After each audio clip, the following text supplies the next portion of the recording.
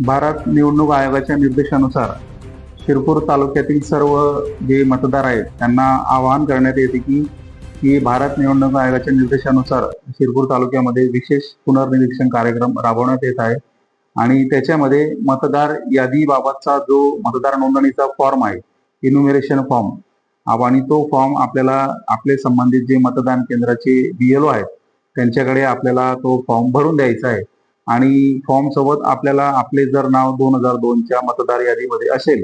तर त्या 2002च्या यादीचा अनुक्रमांक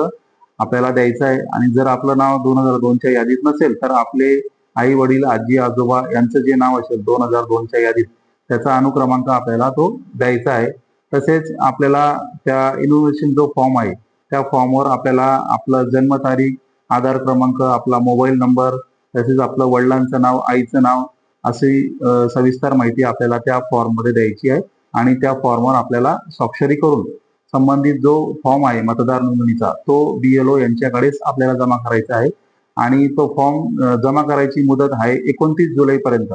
29 जुलैपर्यंत जे मतदार एन्युमरेशन फॉर्म, मतदार नोंदणीचा फॉर्म भरून देणार नाहीत त्यांचं नाव मतदार यादीमध्ये येणार नाही। त्यामुळे आपल्याला सर्वांना आवाहन करण्यात येते की आपण आजच आपले जे मतदान केंद्राचे BLO आहेत त्यांच्याकडे आपण मतदार नोंदणीचा इन्युमरेशन फॉर्म आपल्याला भरून द्यायचा आहे।